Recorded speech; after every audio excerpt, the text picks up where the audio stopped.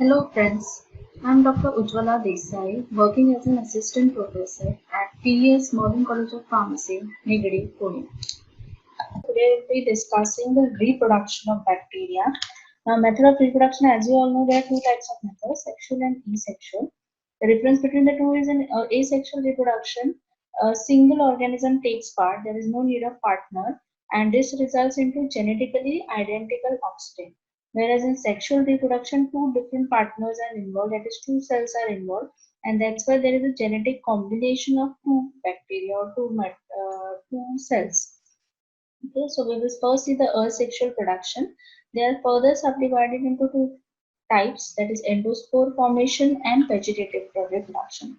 Now what happens in endospore formation? Usually gram-positive bacteria, they release spores. In short, in layman language, we can say that these endospores are the eggs of the bacteria. These spores are released into the environment and these spores further germinate and give rise to another cell. So here you can see this is a bacteria.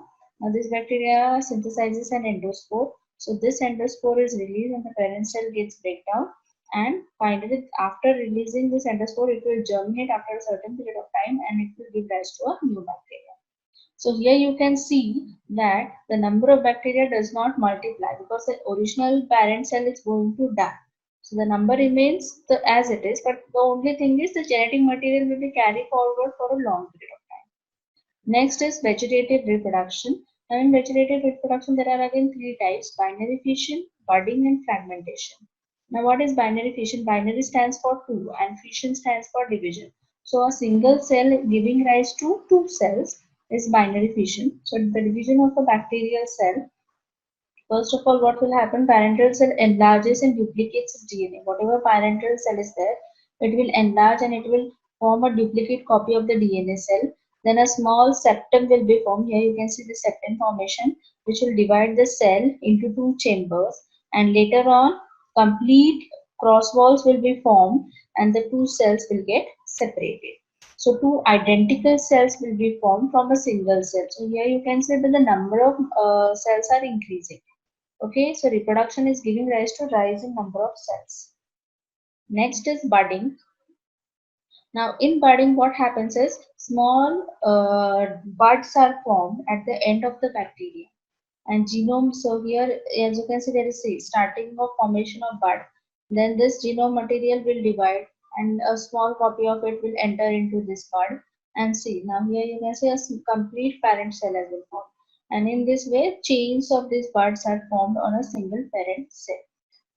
So here also again the advantage is what? The number of the cells increases and reproduction results into large population of that particular bacteria. Next is fragmentation. Now usually fragmentation occurs when there are not good conditions or not favorable conditions. So in under unfavorable conditions, what happens is the protoplasm or the cytoplasm, it forms compartments and forms a minute bodies called as gonidia. And these further gonidia give rise to a new bacterial cell. So here you can see the compartmentalization has taken place between the bacteria, and then these individual gonidia will give rise to new cells. So that is fragmentation. Next is the sexual reproduction. Now, as we have already discussed, what is sexual reproduction? Reproduction in sexual reproduction, two parents are involved, and the offspring has genetic material which is not identical to the parents, but it is a combination of two parents. Now, what are the types? Conjugation, transformation, and transduction. Now, what happens in conjugation is, first of all, do you remember pilus? So, pilus takes part in this conjugation process. So in conjugation, what happens is a genetic material transfer takes place from one cell to another cell. And this genetic material transfer takes place in the form of plasmid, which is also called as F plasmid. The cell having that F plasmid is known as F positive, and the one that is the donor cell. And the other cell who does not have the F plasmid is known as F negative, and it is the recipient cell. Now these are the steps of conjugation. So as I told you, F positive cell has pilus. So this pilus will get attached to the recipient cell. Okay. Then there is an enzyme called as laxosome or transferrosome, which will nick the DNA into two parts. Okay, it will cut the DNA into two parts, that is the F plasmid, and then it is transferred to the recipient cell. And then after getting transferred into the recipient cell, the recipient cell will synthesize the new F plasmid with the help of DNA polymerase enzyme. So here you can say this is the donor cell which has F plasmid, this is the recipient cell which does not have F plasmid, and the pilus is present on F positive cell. It will attach it. After attachment, this F plasmid small portion will enter into this with the help of relaxosome or transferosome, and finally here with the help of DNA polymerase, this enzyme will get synthesized, and this also will contain an F pilus because F pilus will also divide.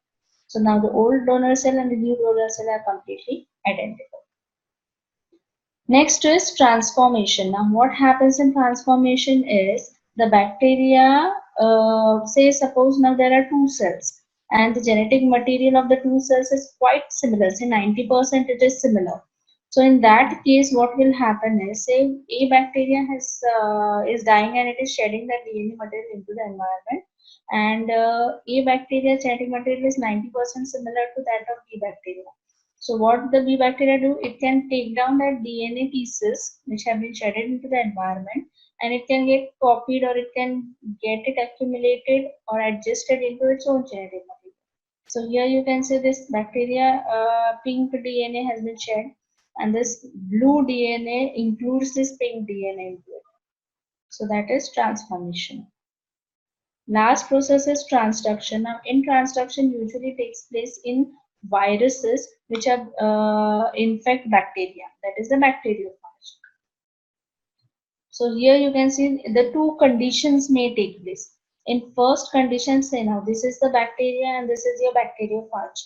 Okay, so bacteriophage is a virus which infects bacteria. So now you can see that the bacteriophage has purple color genetic material and the bacteria has green color genetic material. So once this bacteriophage enters, what it will do, it will either destroy or it will cut the genetic material of that bacteria into pieces, and here you can see it hit both the genetic material of both the bacteria as well as the virus has been cut down into pieces, and later with the help of other enzymes and other organelles and nutrients and all, new bacteriophages have been synthesized. But whatever new bacteriophages have been synthesized, it may contain the original genetic material, that was the purple color, or it may contain a combination of the bacterial genetic material and the original genetic material. So here you can see that the genetic material, whatever bacteriophages are released, either they will be similar to the original one or there will be slight mutation because due to the addition of the genetic material by the bacteria. In second case, so this may be the first case. In second case, what will happen is, say a bacteriophage, okay, with the mutated genetic material. See, this bacteriophage with the mutated genetic material. Now, if it again infects another bacteria, what it can do, it will transfer this genetic material into the bacteria. So here you can see the green genetic material from the original bacteria has been transferred to the second bacteria, and this green genetic material then is accumulated by the bacteria and a new combination of bacteria has been formed.